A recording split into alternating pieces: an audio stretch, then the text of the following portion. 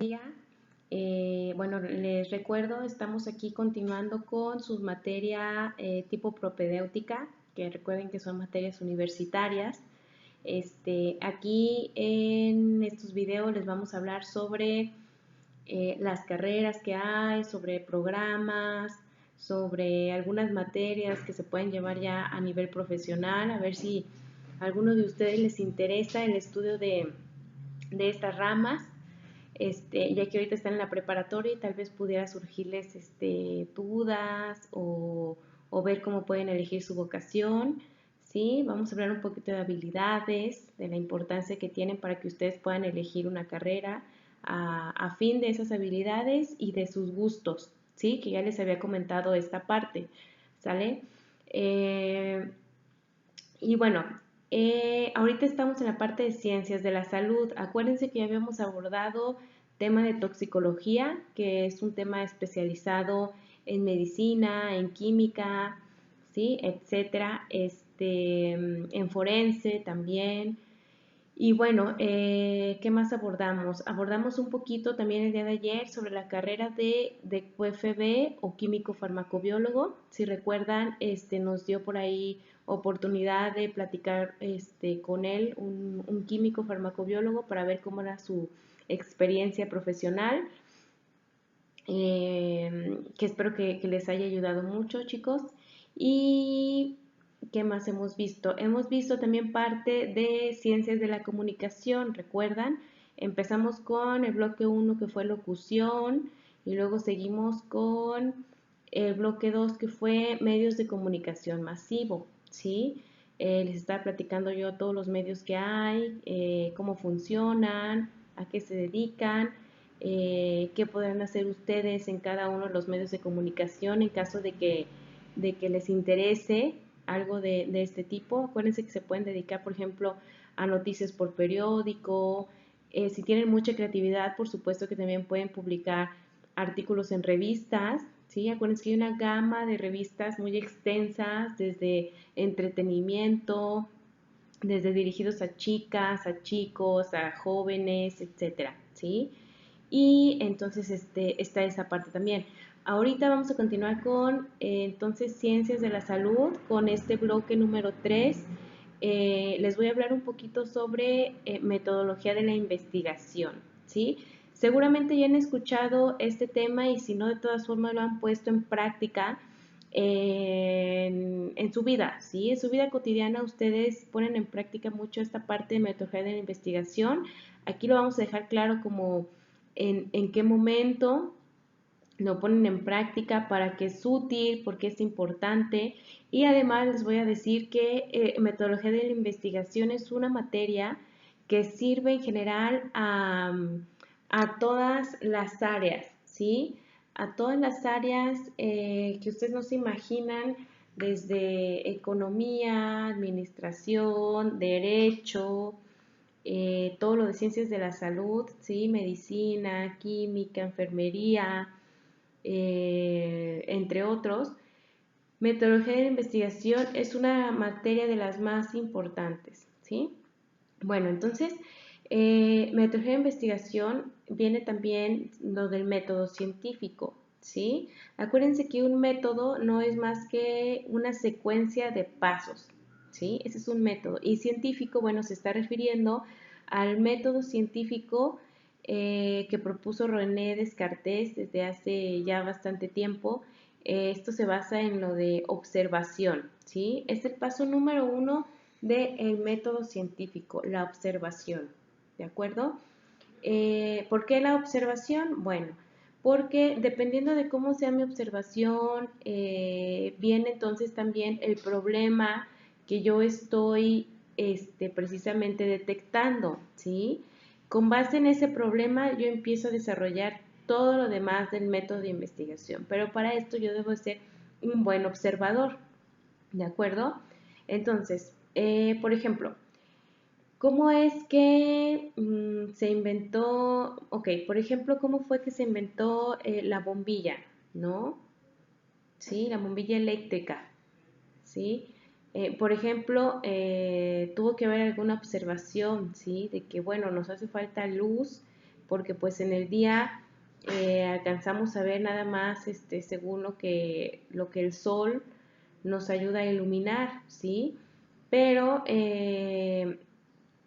pues sí, una vez que ya tenemos la electricidad, pues estaría padre entonces inventar precisamente algún artefacto que nos permita iluminar a cualquier hora del día y poder tener una visión más óptima, ¿sí? Pero todo esto, chicos, fue por observar también alguna necesidad de la cual nosotros pues teníamos, ¿sí? En determinado momento, en ese tiempo, como no existía esa bombilla y necesitábamos mejor visibilidad, entonces esa observación de la necesidad también es muy importante, ¿de acuerdo? Otra cosa, en otro tema, por ejemplo, ahorita que estamos con el coronavirus, ¿sí? El primer caso de observación, bueno, obviamente es de que pues no tenemos ninguna vacuna, ¿sí? No hay vacuna, no hay algún remedio. Bueno, ahorita han sacado algunas medicinas que han estado estudiando que puede ser para reprimir, ¿sí? El efecto del virus, pero aquí es donde también tiene que ver mucho la observación, ¿sí? Entonces, tenemos lo del coronavirus, no hay vacuna y entonces precisamente están empezando a preguntarse cosas a partir de la observación, ¿sí? Entonces, a partir de la observación, yo también me empiezo a preguntar cosas y es aquí donde nace la pregunta de investigación, ¿sí? Digo, bueno, entonces tenemos este problema del coronavirus. ¿Cómo es que funciona el coronavirus? ¿Sí? Primer pregunta. ¿De dónde puedo yo contraer el virus del coronavirus? ¿Sí? Este, una vez que sé cómo funciona, bueno, entonces, ¿cómo puedo yo inhibir, ¿sí? O cómo puedo reprimir el efecto de este virus una vez que está en mi cuerpo, ¿de acuerdo? Todas estas preguntas nacen por medio de esa necesidad que tenemos. Ahorita tenemos la necesidad precisamente de atacar este virus. Entonces, de ahí nace la pregunta de investigación, chicos, ¿sí? ¿Cómo es que yo puedo lograr hacer algo para cubrir una necesidad? Entonces, de esta forma, yo puedo entonces empezar a preguntarme y a investigar cosas que me parecen importantes y que pueden dejarme alguna aportación en la ciencia, ¿sí? Eh, Ahorita me estoy pasando estas cosas como muy rebuscadas, pero ustedes pueden de preguntarse desde cosas muy básicas y empezar a hacer algún estudio, ¿sí? Una vez que tienen la pregunta de investigación, sigue plantear la hipótesis, ¿sí? Ya han escuchado hablar de la hipótesis también, chicos. Una hipótesis es una como sugerencia, ¿sí? O una suposición de algo, ¿sí? Una vez que yo tengo, por ejemplo, esa pregunta de investigación, yo trato de contestarla con la hipótesis, ¿sí? Tengo la pregunta de investigación de que, ¿de dónde se contrae el coronavirus? ¿Sí? Entonces, en mi hipótesis, yo puedo decir, el coronavirus, debido a que es un virus de tal tipo, puede contraerse por medio de la saliva, ¿sí? Por medio de fluidos. Puede contraerse por medio del aire porque puede estar en las partículas adheridas del aire, etcétera. Entonces, esa va a ser mi hipótesis, ¿sí? Entonces, ya dependiendo de esta hipótesis, yo empiezo ahí, entonces, a sugerir y a sugerir. Lo mejor es que tengan nada más una hipótesis, ¿sí? ¿Para qué? Para que no se les confunda una suposición con otra y su estudio sea más puro, ¿sí? Que no se vayan confundiendo de una cosa con otra. Entonces, la hipótesis siempre debe ser por lo pronto una suposición a la vez, una pregunta de investigación a la vez, etcétera, ¿sí? Bueno, entonces ya tenemos esa suposición o esa hipótesis. Luego pasamos a la justificación. Chicos, la justificación de un método de investigación o de un estudio es como la importancia, ¿sí? ¿Por qué yo debo de estudiar este tema? ¿Por qué me parece importante? no nada más a mí, sino a la sociedad. ¿Qué le voy a dejar a estar investigando esto a la sociedad? Esa es una buena justificación. De hecho, eso es en lo que debe estar basada la justificación, ¿sí? ¿Qué es lo que yo debo de importarme? ¿Sí? ¿Qué le voy a dejar a la sociedad si investigo tal cosa? Entonces, ya que tengo la justificación bien planteada, bueno, y acuérdense que todo debe de la mano, desde esa observación que hice, desde la pregunta de investigación, la hipótesis y la justificación. ¿De acuerdo? Entonces todo esto, chicos, debe de ir conectado con un objetivo. El objetivo se plantea desde el principio, ¿sí? Entonces, ¿cuál es mi objetivo general? Ok, mi objetivo general es investigar cómo es que yo puedo contraer el coronavirus, cómo es que las personas pueden contraer el coronavirus, ¿sí? Entonces, de ese objetivo no debo de salir, todo debe estar planteado en ese objetivo, ¿de acuerdo? Entonces después me paso a mis objetivos específicos. Los objetivos específicos, chicos, no se confundan. Son pequeñas partes de la investigación que yo debo de cubrir para llegar a mi objetivo general. ¿De acuerdo? Ejemplo, tengo mi objetivo general de saber cómo se contrae el coronavirus, ¿sí? Entonces mi objetivo específico, ok, va a ser entonces... no sé, tener un grupo contagiado de coronavirus no sé, bueno, una muestra de personas, ¿sí? De 10 personas que tengan coronavirus, ¿de acuerdo? Entonces voy a estudiar yo cómo es que se infectaron, ¿sí? A qué se vieron expuestos. Voy a hacerle una serie de preguntas primero para tener un escenario claro de cómo se expusieron al virus, ¿sí? Eso es lo que yo podría hacer. Experimentalmente, chicos, y que suena un poquito como más cruel o un poquito fuera de norma, de ética, es que yo entonces tuviera otras 2 personas sanas, ¿sí? Y las expusiera a una persona que ya tiene coronavirus, ¿sí? Que casi yo le diga, a ver, estornúdale a esta persona sana, ¿no? Y entonces yo haga las pruebas y diga, efectivamente se está contrayendo por estas cosas, ¿sí? Bueno, esto es algo muy burdo, les digo, está fuera de ética, pero para darles el ejemplo de qué haría yo, de qué se haría experimentalmente para llegar a mi objetivo general, ¿sí? Obviamente hay otras ideas, ¿sí? Más sofisticadas en investigación. Bueno, entonces yo podría hacer eso. Entonces eso sería de mis objetivos específicos, ¿sí? ¿Qué tengo que estar haciendo para llegar a mi objetivo general? ¿De acuerdo? Entonces ya pasé por toda la pregunta de investigación, hipótesis, justificación. De justificación, chicos, ahora sí sigue la parte de que yo explique mi procedimiento o mi experimento. ¿Qué voy a hacer yo en general para contestar mi pregunta de investigación, para ver si mi hipótesis está bien, bueno, más bien si es aceptada o es refutada, ¿sí? ¿Qué voy a hacer? En esta metodología se tiene que describir todo, ¿sí? Primero, no, pues voy a tener una muestra de 15 personas, ¿sí? Saludables. Otra muestra de 15 personas que estén infectadas con coronavirus, ¿sí? Voy a seleccionar mi muestra de forma aleatoria, ¿sí? Las saludables, pues nada más con que cumplan de tal edad a tal edad y que sean de diferente sexo, ¿sí? O sea, no me importa si es masculino o femenino.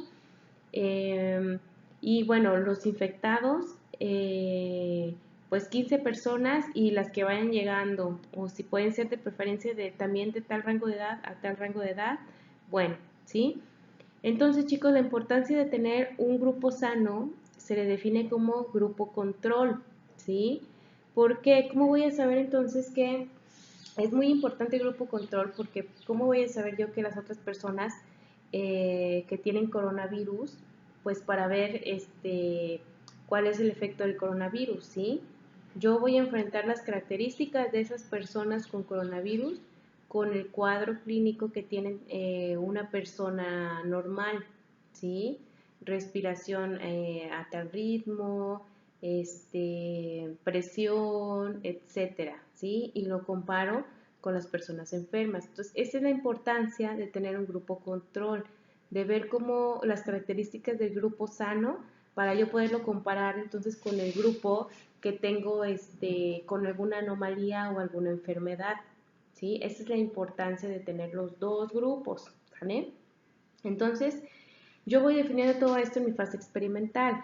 Voy a tener así estos grupos, luego voy a darles algún consentimiento informado, que es un escrito donde yo estoy explicándole a las personas el estudio que voy a hacer, si están de acuerdo, pues que me firmen en participar en el estudio, porque tal vez yo requiera algunas preguntas, alguna muestra de sangre, ¿sí?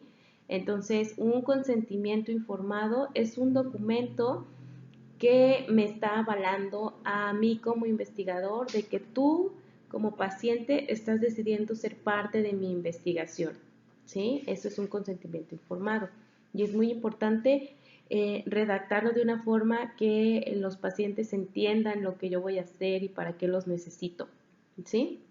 Bueno, entonces, una vez que tengo esto, también puedo definir en la parte experimental, eh, decir, bueno, entonces una vez que ya tenga las dos muestras, ahora sí voy a hacerles algunas preguntas, ¿sí? Para ver la edad, para ver dónde viven, cómo se ven expuestas a diferentes cosas en su vida diaria, a padecimiento de algunas enfermedades, si consume medicamentos o no, etcétera, ¿sí? Conocer un poquito más del paciente. Acuérdense que muestras me estoy refiriendo a cierta parte de la población, ¿sí? Un universo, chicos, es toda mi población. Si yo digo, ok, mi población general, porque mi estudio se va a enfocar a personas de San Luis Potosí. Entonces, mi población va a ser toda la gente de San Luis Potosí. De ahí yo voy a tomar dos muestras. Dos muestras quiere decir que son una parte representativa de esa población, ¿sí? Ok, entonces yo hago, digo, no, pues son tantos, voy a dar un ejemplo. 1000 personas son en San Luis Potosí, ¿de acuerdo? Entonces, un número representativo, entonces voy a tomar, por ejemplo, bueno, un número muy bueno para una investigación de 1000 sería la mitad, ¿sí? O sea, 500. Pero a veces las investigaciones no tienen el dinero suficiente y entre otras limitaciones, entonces tomamos un poquito de menos muestra, ¿sí? Muestra, entonces acuérdense que es una parte representativa de la población. Entonces de estos 1000 de San Luis Potosí, yo voy a tomar 300, ¿sí? 150 sanos y 150 personas contagiadas de coronavirus, ¿sí? Esas son mis dos muestras, ¿sale? Para dejarlo claro. Y bueno, entonces ya les hago su cuestionario. También voy a obtener una muestra de sangre para estudiar precisamente cómo es la sangre de alguien infectado y cómo es la sangre de alguien con salud normal, ¿de acuerdo? Voy a tomar alguna muestra de orina también para ver cómo está su riñón. Voy a tomar, ¿qué otras muestras? Bueno, yo creo que son las principales, ¿sí? Pero eso me refiero que todo eso se platica en la parte experimental, ¿sí? Bueno, entonces ya digo, no, pues una vez que yo tengo ya toda la experimentación, voy a hacer con la sangre algo con el coronavirus, ¿sí? Voy a extraer el virus de la sangre y voy a estudiar su ADN, ¿sí? Con tales técnicas. Y ahí tengo que describir las técnicas, ¿sí? Una PCR, etcétera. Luego les voy a platicar un poquito más de los análisis que se hacen genéticos. Pero en esto se basa, ¿sí? Tenemos que dar una descripción de todos los experimentos, así paso a paso de cómo los voy a hacer, ¿sí? Voy a extraer el DNA, bueno, con tal técnica. Y luego voy a estudiar los genes con tal otra técnica, ¿sí? Y así sucesivamente tengo que explicarlo.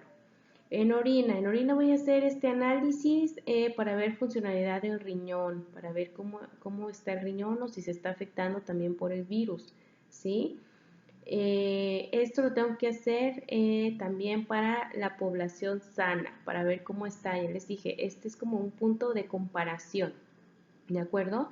Bueno, entonces una vez que yo tengo eso, ahora sí comparo, ¿sí? Tengo ya la fase experimental descrita, ¿sí? Tengo que decir de dónde voy a obtener la muestra también, si me voy a ir a un hospital a ver los diagnósticos de coronavirus. Tengo que explicar las muestras, dónde las tendría mientras las proceso, si las voy a tener en refrigeración y a cuántos grados, etcétera. Sí, chicos, en una investigación tengo que describir todo. Bueno, entonces una vez que yo tengo ya la parte experimental, ahora sí me paso a la estadística, ¿sí? Acuérdense que la estadística pues son números, ¿sí? Ya que tengo yo mis datos de cada paciente, ahora sí voy a ver cómo lo voy a interpretar, ¿sí? Numéricamente, qué test o qué exámenes estadísticos voy a aplicar para conocer, por ejemplo, el promedio de algún estudio, para conocer el comportamiento de la población, ¿sí? O de esos datos, más bien. Entonces, eso es lo importante de la estadística. También la debo de describir en el estudio. En el estudio se describe todo, chicos, ¿sí? Bueno, una vez que ya tengo ya la estadística, ahora sí voy a resultados. ¿Cómo fueron mis resultados? Aquí hablo de puros números. Digo, ok, bueno, la media del rango de edad fue de personas de 46 años, ¿sí? En personas sanas. En personas con coronavirus, el promedio de edad fue de 50, ¿sí? Tuve tantas personas de sexo femenino y tantas personas de sexo masculino. Bueno, también se encontraron que las personas que tenían coronavirus, el 50% de ellas padecía de obesidad, 30% de ellos padecían diabetes, ¿sí? 80% de ellos padecía hipertensión, ¿sí? Entonces, todo esto de cómo es mi población lo describo en resultados. No, pues que los genes que se estudia el coronavirus son estos, se secuenciaron y se lograron aislar y son tales, ¿sí? Todo esto se escribe en resultados, chicos. Una vez que yo ya tengo los resultados, me paso a conclusión, ¿sí? Conclusión, bueno, con base en los resultados que yo acabo de escribir, entonces voy a verificar si mi hipótesis fue rechazada o es aceptada. Con todo esto que hice, logré saber cómo se contrae el coronavirus, sí o no, ¿sí? Entonces ahí describo mi hipótesis sobre cómo se contrae, si efectivamente fue aceptada, fue demostrada con este estudio, ¿de acuerdo? O no, fíjense que todavía necesitamos hacer más cosas, ¿sí? Entonces, en conclusión, yo describo las posibles causas de lo que yo estuve buscando, etcétera, ¿sí?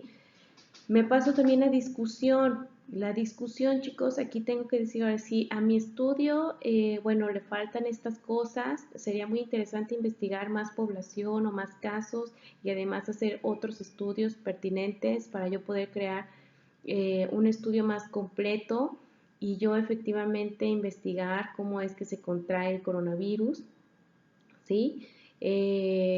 Necesito también otros estudios o otros análisis en la población saludable para yo verificar cómo es su funcionamiento normal, etcétera, ¿sí? Todo esto va en discusión. En discusión también podemos nosotros tomar estudios más o menos de la misma índole que se hayan hecho igual en el país o en otro país y comparar, ¿sí? No sé, en otro lugar de la República, no sé, en México DF se hizo el mismo estudio, pero aquí se encontró que se contraía el coronavirus también ¿qué les diré? por contaminación del aire, ¿no? Entonces, esto muy interesante, también se podría hacer aquí en San Luis Potosí para ver si también es cierto o cuánto porcentaje de personas se contagia por el aire, etcétera, ¿sí? Comparan un estudio con otro, qué es lo que hicieron en aquel estudio que podría yo traerme al mío, o qué datos interesantes encontraron que también yo podría poner en mi estudio o decir que efectivamente también tiene algo que ver, ¿sí? Eso es lo importante de comparar con otros estudios. Esto va en discusión, chicos. Finalmente, después de discusión, ustedes pueden poner agradecimientos o créditos, ¿sí? Ay, muchas gracias a tal institución que me apoyó con tanta cantidad de dinero para yo hacer mi estudio, ¿sí? Gracias a fulanito por su apoyo que me enseñó tal técnica y gracias a eso pude hacerla yo para hacer mi investigación, ¿sale? Luego de ahí nos pasamos a referencias o bibliografía, ¿sale? Bibliografía, bueno, pues es todo los datos que yo tomé de de otros estudios, de donde yo investigué para yo hacer una introducción, para yo ver cómo voy a diseñar mi experimento, ¿sí? Referencias o bibliografía. Una buena bibliografía tiene que tener al menos unas 30 referencias, ¿sí? Es decir, de dónde ustedes investigaron y obtuvieron información de lo que ustedes quieren hacer, ¿sí? Acuérdense que una referencia tiene que ser confiable, de buen contenido, ¿sí? Y de una buena editorial también reconocida a nivel científico, a nivel de investigación científica. Que sepamos que la investigación es de calidad. Nada de que me voy a Wikipedia, al Rincón del Vago y no sé qué otras cosas haya que no son tan confiables que digamos, ¿sí? Acuérdense que tienen que tener mucho cuidado con eso. Bueno, entonces una vez que yo tengo la bibliografía, ya tengo yo mi investigación completa en redacción, ya yo llevé a cabo todo esto y bueno, ahorita se los platiqué muy fácil, chicos, pero esto requiere de tiempo, ¿sí? Hay gente en la licenciatura que hace una tesina o una tesis de algo de investigación y se tarda 6 meses, ¿sí? Hay gente de maestría que se tarda los 2 años o más, gente de doctorado que se tarda hasta 4 años o más, ¿sí? Entonces, ¿cómo lo aplican en su vida diaria? Bueno, cuando ustedes se preguntan cualquier cosa o que observan algún problema y ven cómo lo pueden resolver, ustedes empiezan a formularse en su cabeza cómo pueden resolver cierto problema que están observando, ¿sí? Empiezan a hacer cosas, a experimentar y bueno, entonces pueden darle resolución a ese problema que ustedes están viendo en su vida, ¿sí? Esa es también una forma de cómo el método científico nosotros lo adaptamos a nuestra vida diaria, ¿sí? Entonces, cuando ustedes de hecho se van a investigar algo que no saben cómo hacerlo en internet, ¿sí? Van e investigan y luego lo ponen en práctica para ver si sí lo pueden realizar resolviendo su problema. Entonces todo esto, chicos, la verdad que tiene que ver. Y les digo que tiene cabida no solamente en ciencias, ahorita que les puse el ejemplo del coronavirus, o sea, váyanse también a algo de economía, sí, que quieran ver. Por ejemplo, tuve un grupo alguna vez que querían investigar si sería eficiente hablar de finanzas desde la primaria, como lo hacen los japoneses y chinos en sus escuelas, ¿sí? Nos dicen que nos hace falta una clase de finanzas desde que estamos pequeños para que sepamos qué es el ahorro, por ejemplo, si saber cómo invertir nuestro dinero para que podamos crecer en esa parte desde pequeños y etcétera, ¿sí? Entonces ellos tomaron una muestra en una escuela, hicieron una encuesta y encuestaron, por ejemplo, a niños, pero ya de 10 años, ¿sí? Y también a los maestros y directivos para ver cuál es la importancia que ellos veían de tener algo así de finanzas. Primero para ver cómo era su percepción, ¿sí? Entonces con temas así, tuve otro, por ejemplo, donde se preguntaban si el consumo de café tenía que ver en el buen rendimiento de alumnos de preparatoria, ¿sí? Entonces también, igual nada más con una encuesta, dijeron, ok, nuestra muestra van a ser 50 personas de la preparatoria de tercer semestre, ¿sí? Entonces ellos realizaron una encuesta donde te preguntan cuánto café consumes, de qué tipo de café, si lo consumes, si sabes cuántas tazas consumes o si sabes cuántos gramos estás consumiendo, cómo son tus calificaciones, si ves que se afecta el comportamiento de ti cuando tomas café, etcétera, ¿sí? Entonces ahí formularon también cómo es el rendimiento de los chicos. Académicamente vieron su promedio y preguntaron cómo es su estudio cuando toman café antes de clase, por ejemplo, ¿sí? Entonces, ustedes pueden formularse preguntas sencillas que también tienen mucho peso en el conocimiento, chicos. Entonces, espero les haya servido esta clase sobre investigación, metodología de la investigación, donde ponemos en práctica el método científico, ¿sí? Lo pueden poner en práctica en su vida y seguramente lo van a utilizar también posteriormente. Espero tengan buen día y quedo al pendiente de dudas y comentarios. Saludos.